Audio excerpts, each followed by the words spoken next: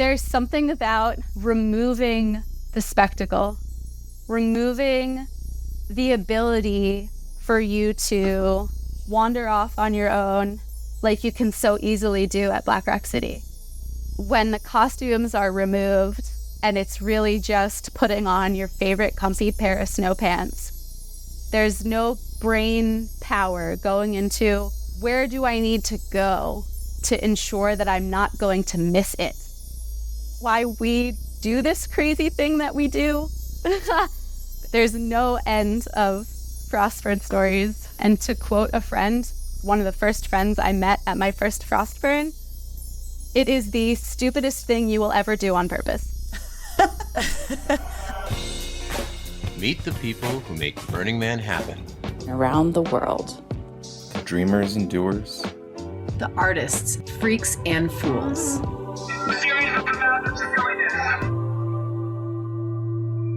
Burning Man Live.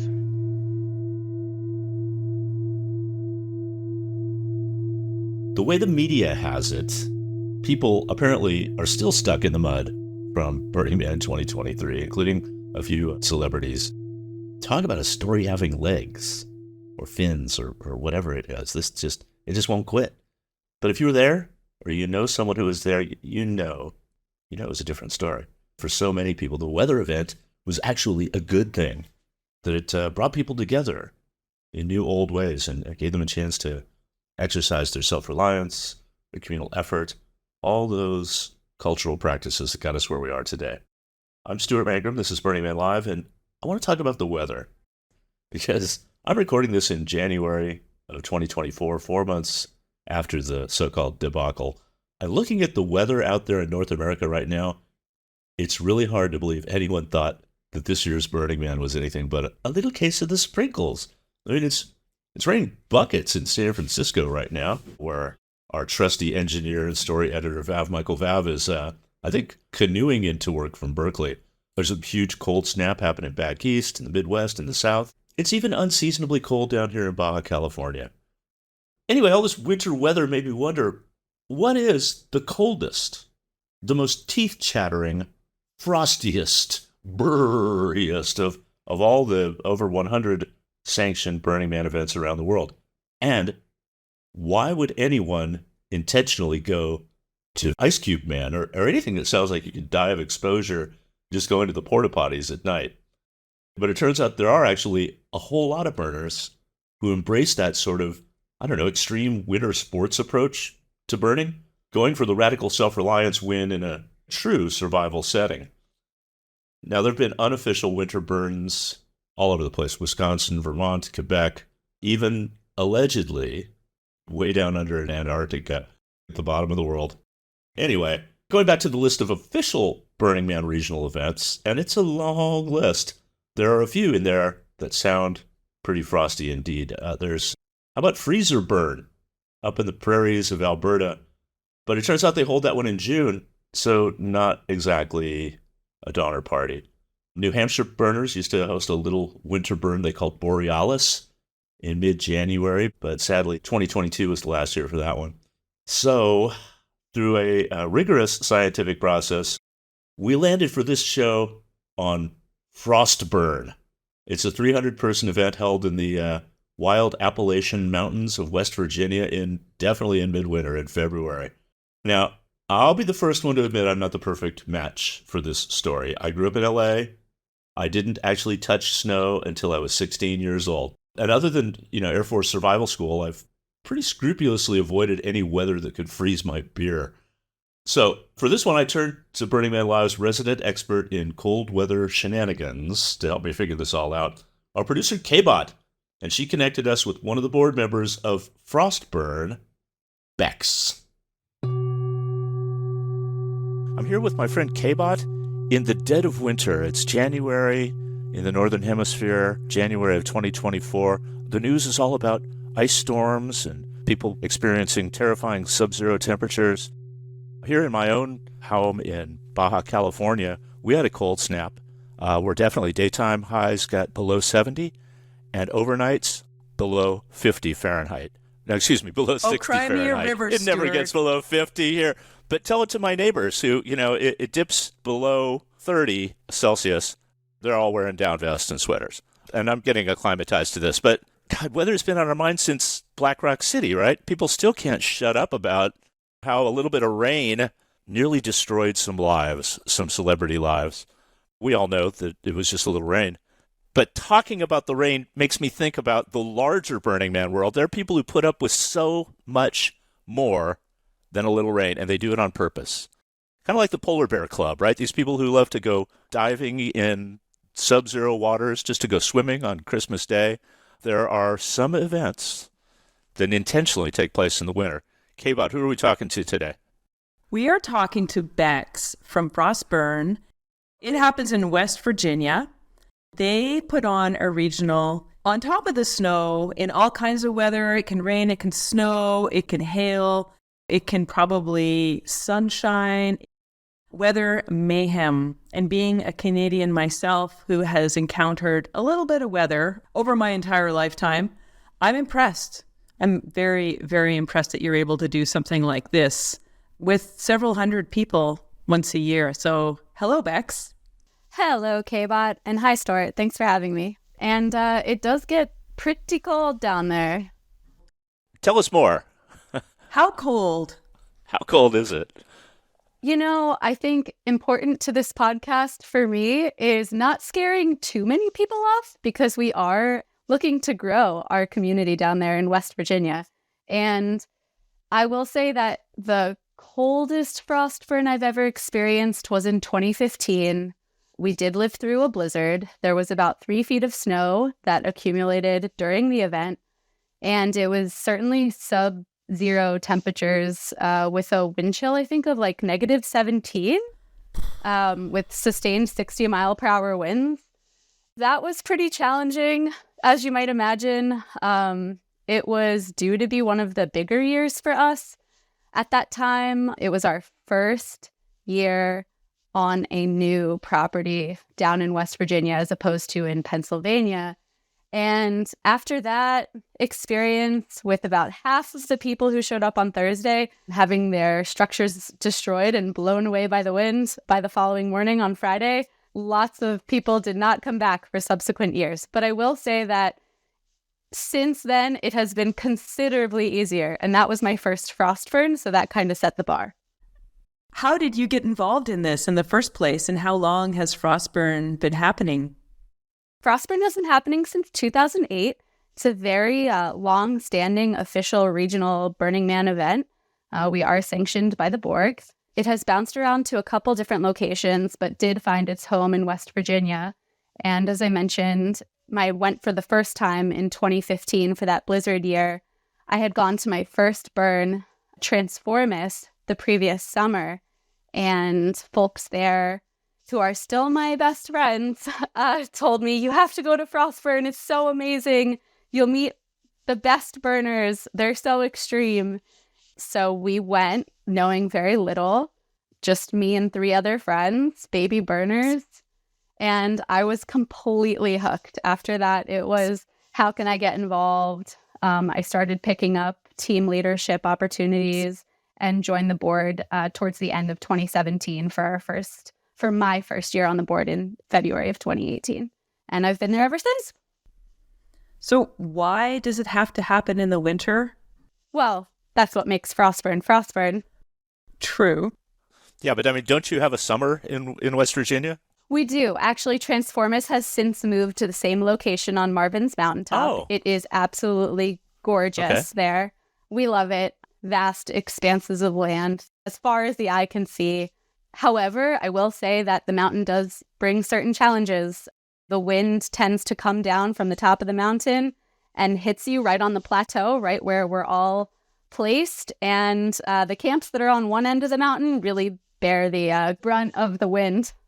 So you're saying that you guys deliberately do the most punishing burn imaginable for fun? Oh, yes. I mean, have you met burners? Well, yeah, but I had to ask. Maybe there was a special reason why you did that. To say that we did, in all seriousness, it presents completely new opportunities and different set of circumstances than you would get during fair weather.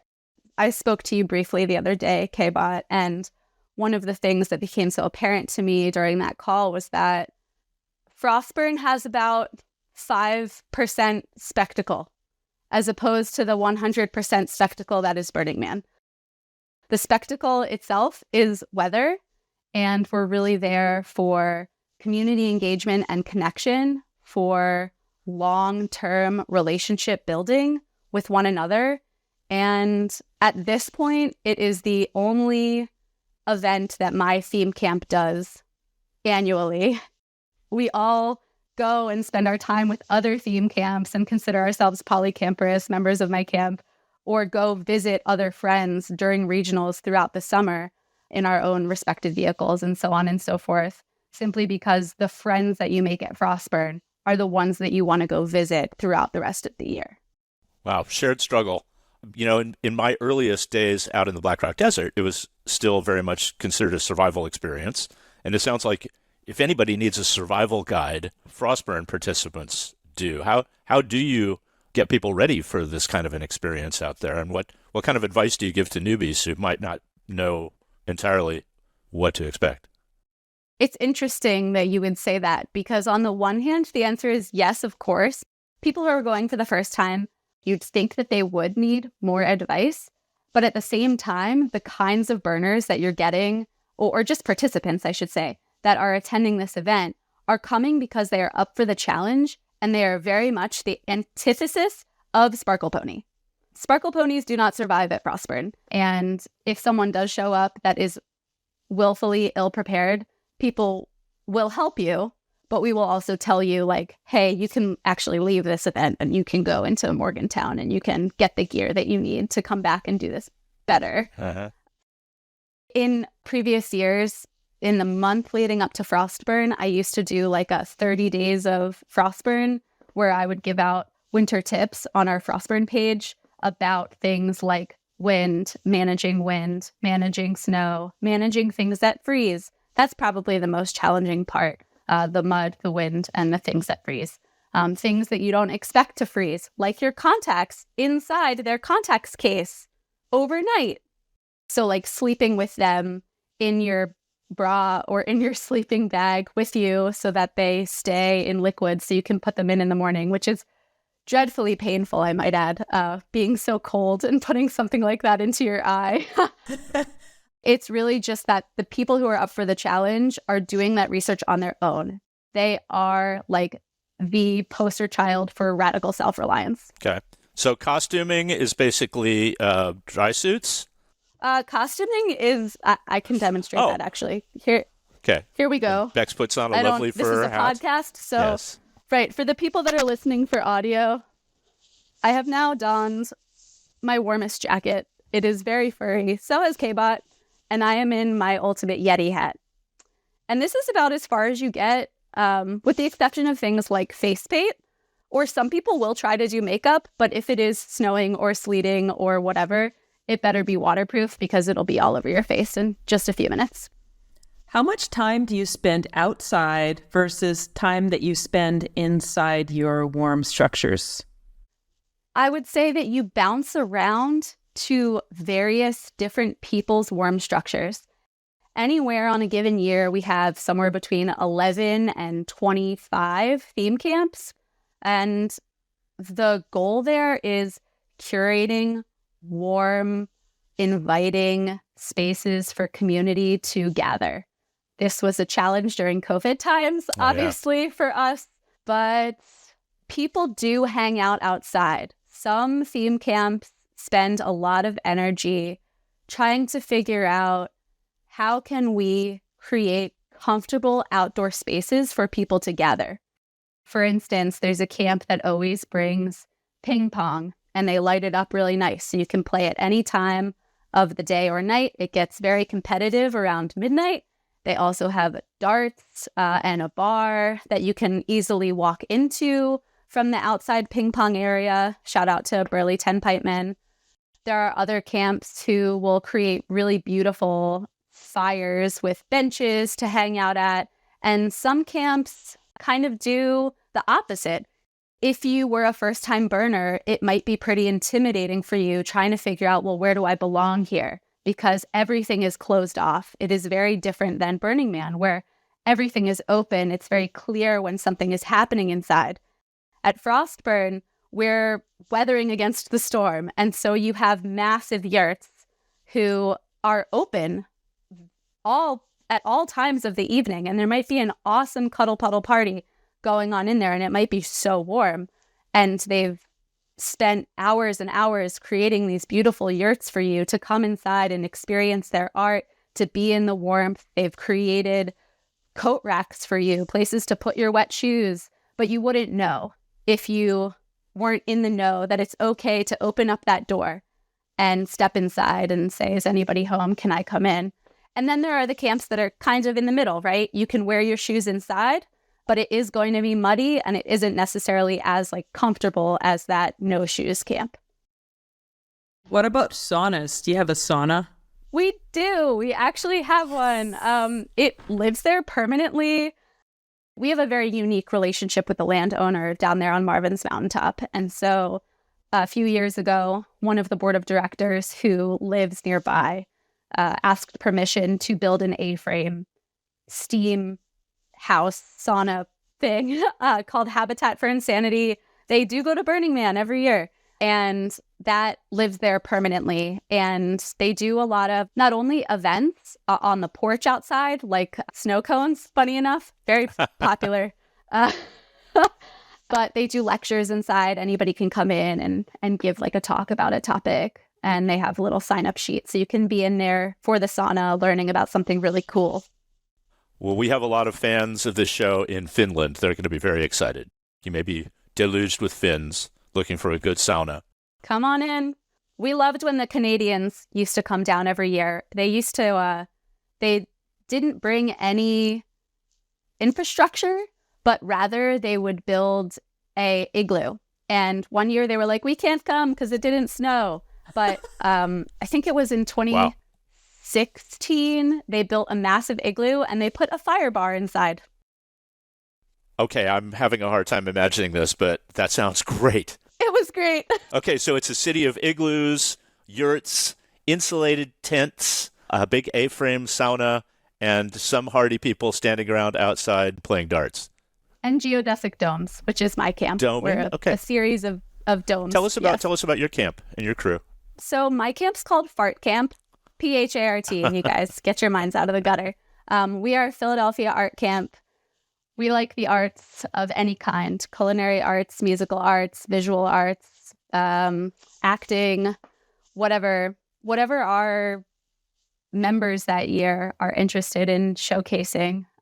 We build domes and we bring a floor structure so that our camp is sitting out of the mud in the same shape as the dome. So for those people that do the domes out there at Burning Man, everyone knows they're usually decagons. So we have decagon floors that fit inside of them. And it kind of looks like a land-bound version of the International Space Station. Everything is interconnected on the inside. So once you're in and have your shoes off and your coat off, you can kind of go anywhere in between the two domes.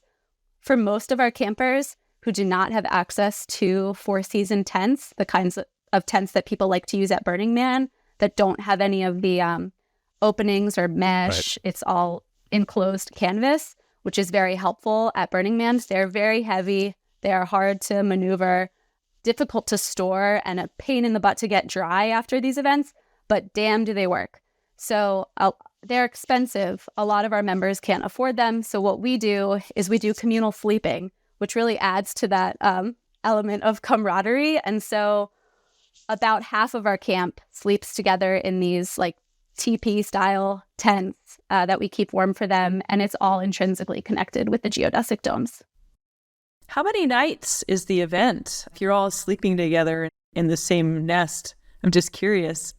FrostBurn officially is it's a Thursday to Monday event every year over President's Day weekend. We never shift the date. That being said, because structures and art can experience challenges going up because of the weather. Some people do show up the weekend prior for pre-build. That's the Friday or Saturday prior. Some folks will set their stuff up, and if they're local to Pittsburgh, they might leave and go home if they trust their structures to stay standing in sustained winds with no one watching. I'm on the board, so at that point, I'm there for the rest of the weekend. So my camp likes to go down the week. Some of us go down the weekend before and set up, and then actually just stay throughout the week and do placement and various other things to get the event ready. And how many people are you expecting this year? Our ticket sales have been up, more pre-sales than ever before at this point, and we're over 300 now. Wow. So about 300 crazy people every year, but they are the best kind of crazy people. Did you say sleet earlier? So there's more than just blizzards. What are some of the varieties of strange weather one might get around President's Day weekend in the mountains of West Virginia? Yeah, I think a better name for our event might actually just be Weatherburn. We get all the weather. In a given weekend, you might set up in 45 degrees and raining, and it creating 18 inches of mud that you have to slog your way through, only to completely freeze over and have it be a perfectly clear night that's 17 degrees with a wide open sky where you can just see forever. As people who are interested in acoustics like I am know, that also means that sound carries very much when it is clear and cold. And our camps are very close together because people do not want to walk nearly as far as they would during a summer burn. But yeah, we get it all. In 2017, it was strangely warm the entire time, unexpectedly. A lot of people had already packed and had gotten there by the time we realized that it was going to be in the 60s all weekend and sunny. That was the year that we had a hot air balloon show up, and barely anybody wore their FrostBurn clothes. Most people were running around in boots and underwear. Perfect. Sounds like Black Rock City 2023. I'm still trying to understand the basics of survival here. What about porta potties? Because I know you were talking about things that freeze. I think if I had a pee bottle in my tent, that would be something that froze overnight, right? Well, the good news about a small burn is that you're never too far from a porto. And the other good news about it being very cold is that shit freezes. And we all know that that is the worst part of Black Rock City. It is definitely not frozen and shit stinks. Mm-hmm. So we have very beautifully maintained porta potties, and people are wonderful about putting the seat down because there is nothing worse than sitting down on a seat covered in snow. I will say, however, that at one point during most years, at least one porto does get knocked over in the wind. And that is sad. Does the blue liquid in the portos freeze too? Or is it magically... It does not. Yeah, what is that stuff anyway? I'm not sure. I'm not an expert on that. Drop an answer in the comments if you know what that blue liquid happens to be, because we are curious. So safety must be of concern. I've been to a couple of winter events where people are enjoying themselves, and we had someone fall asleep in a car, and we had to go get them, and we had someone get lost, and we had to go find them. And it's fine when you're in a forest in the middle of summer and someone wanders off, you assume they will wander back. But when it's this cold, you have to have a buddy system, no? Like, people can't just walk away. Absolutely. Frostburners are smart people, generally speaking, radically self-reliant to the highest degree, and generally speaking, not being too risky. And so I'd say it is few and far between that we have any, if at all, incidents at FrostBurn. We have a medical team. We do have rangers.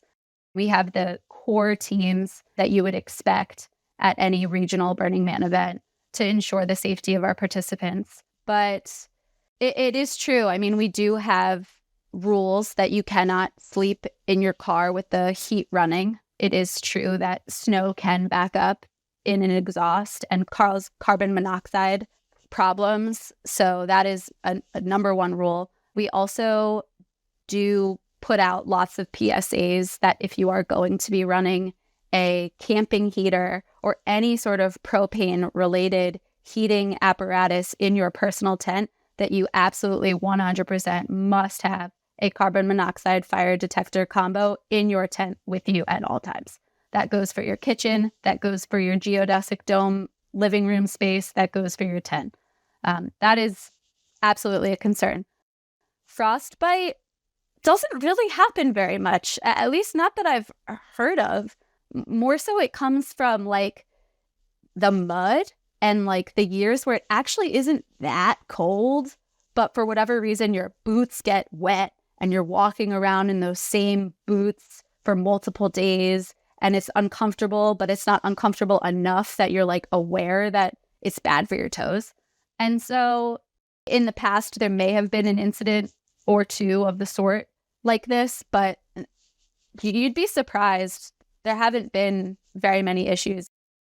And you have a medical team on board for in case they do, right? So We do. Yeah, every once in a while, someone is in an altered state of mind and goes for a walk. It's a beautiful place and ends up cold or maybe falling asleep somewhere they shouldn't. But the good news is that it is a small event and everybody's got their eyes out for their neighbor.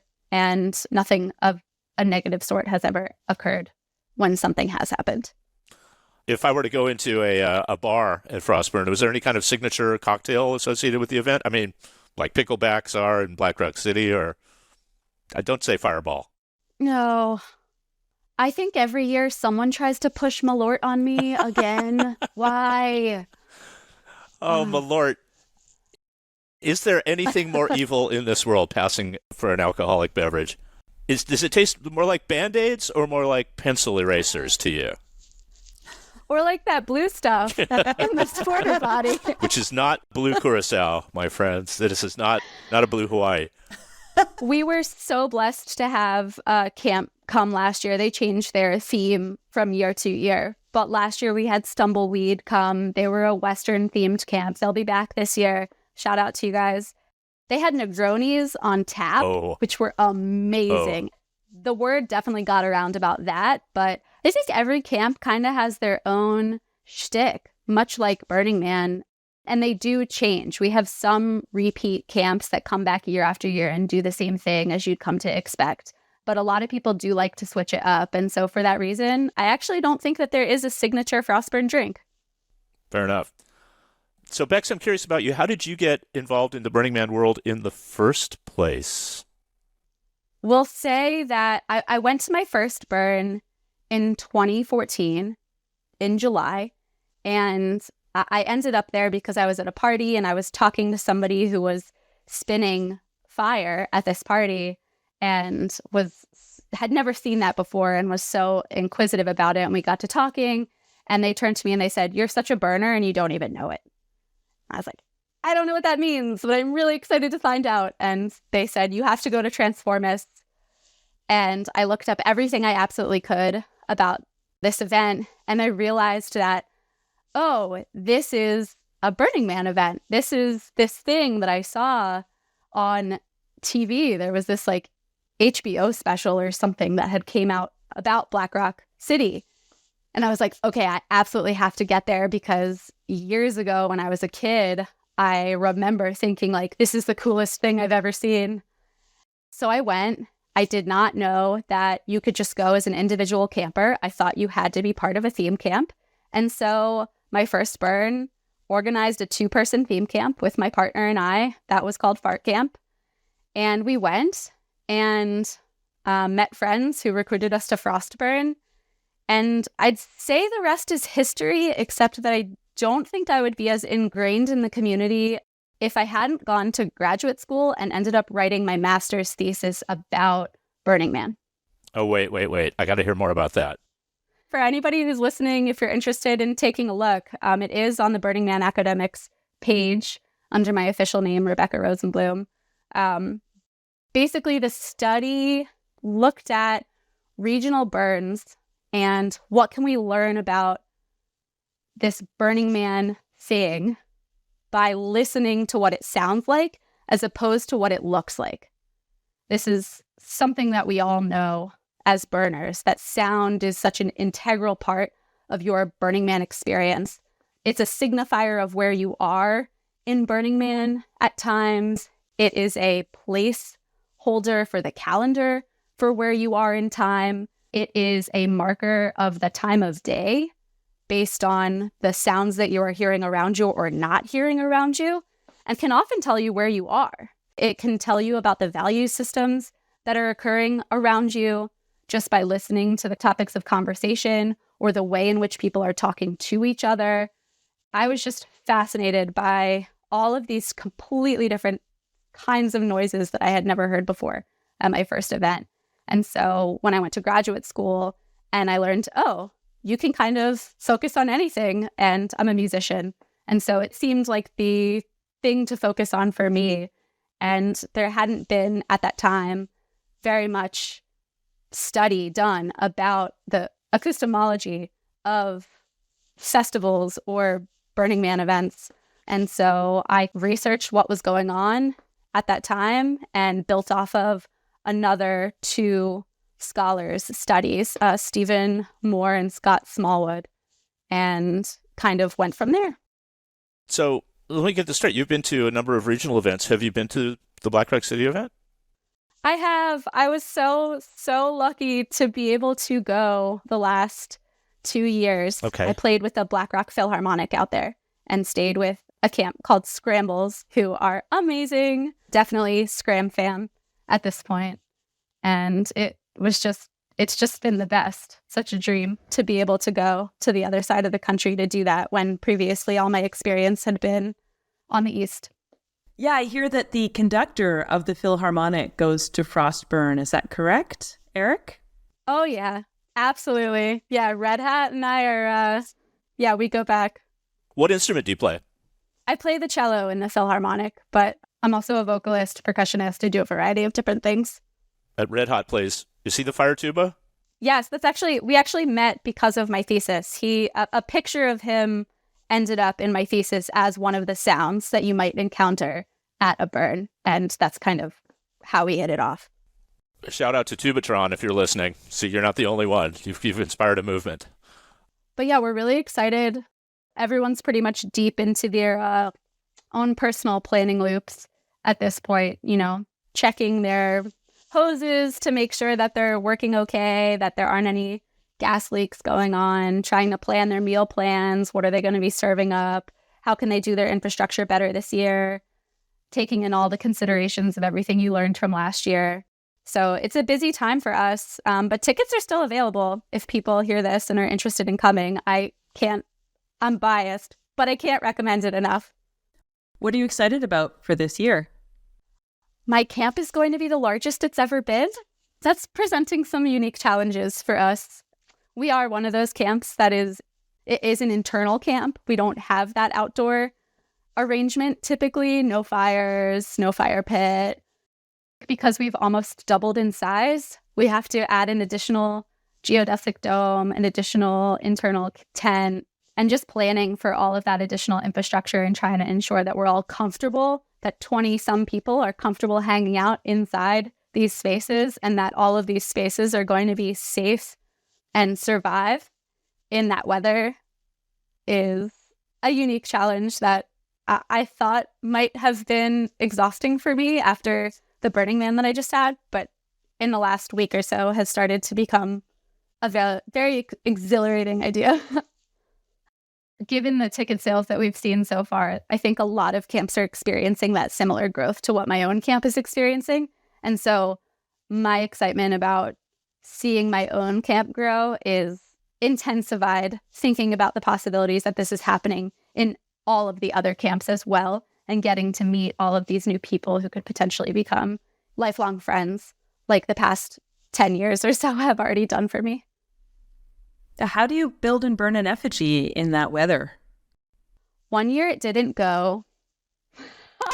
One year it wouldn't catch fire. The 2015 year, it didn't matter how much fuel you put on that thing, it would not go. So sometimes it does not happen. That isn't atypical. There are a lot of regional burns where there have been fire bans that I've been to. And sometimes an effigy isn't necessarily the thing that makes it special. But in every other instance, an effigy has happened. The effigy changes from year to year. It's usually in the theme of a snowman. Sometimes it is vertical and is very much like 3 stacked, neat little spheres, as you'd come to expect a little kid would make, but made out of wood instead of snow. Other years, they are very beautifully intricate, these gorgeous geometric patterns that, when they're lit aflame, open up in 3 different tiers and then spin around. And then 3 years ago, the effigy builders decided to make it look like a pig roasting over a spit. But it was a snowman with a pig nose, and it took somewhere between 4 or 8 people to push it around so that it would actually be a rotisserie snowman over a giant bonfire. That one took quite a long time to burn, as you might imagine, getting that equal amount of beautiful char on every side. But it usually doesn't explode in the way that Black Rock City has come to expect. So much fun. There's something about removing the spectacle, removing the ability for you to wander off on your own and stare at art all night and not say a single word out loud, like you can so easily do at Black Rock City. When the costumes are removed and it's really just putting on your favorite comfy pair of boots and the same damn pair of snow pants, there's no brain power going into, what do I wear? How do I get ready for the evening? There's no brain power put into, where do I need to go to ensure that I'm not going to miss it? And more so placed on, what are all of the other principles that get so much less focus at other events? And how does that affect the community that is blossoming there? I think you just kind of have to experience that to know why we do this crazy thing that we do. But I will say that you have people that either love it or hate it. The people that love it will not miss it. They go back year after year. They really get it, and they will try to push it on everybody else that they meet. There's no end of FrostBurn stories. And to quote a friend, probably one of the first friends I met at my first FrostBurn, it is the stupidest thing you will ever do on purpose. That sounds like a dare. I bet it shapes your community, though. I know we're winding up, but I just have to ask, when you share an experience that is so focused on, as you say, the rest of the principles, it must mean that the relationships that are built out of that experience are also unique and evolving in interesting ways. For sure. I mean, when is the last time you sat down at a burn and talked to the same group of people for more than an hour? I know the answer to that. 2023. That's what, yes. I mean, so many people reported out from Black Rock City 2023 that was the best part about it, that they spent more time with their campmates, with their neighboring camps, just getting deeper in with the people around them. If you liked that part of Burning Man, come to FrostBurn. You'll come back every year. But definitely don't just wear socks. You're going to need boots. Definitely bring all the socks. That is probably the number one thing I will tell you. There are a number of cold weather tips that I would be happy to write up and provide for you all, for anybody listening who's interested in coming for their first time. Okay, bring all the socks and sleep with your contacts in your bra. That's a great start. So for those of you who are not scared away by the tales of weather woe, FrostBurn 2024 is happening over President's Day weekend on Marvin's Mountaintop in West Virginia. Tickets will be available right up until, I believe, the middle of February or so at frostburn.org. And you can get them at gate. We never sell out. Go figure.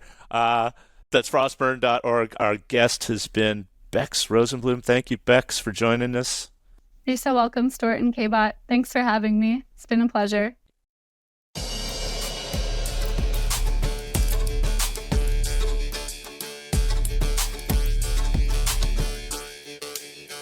Burning Man Live is a 100% nonprofit production of the not-for-profit Burning Man Project, brought to you as a gift from the Philosophical Center. You can download it or stream it for free from all the usual podcast places, now including the YouTubes, as well as Apple, Spotify, Google, yada, yada, yada.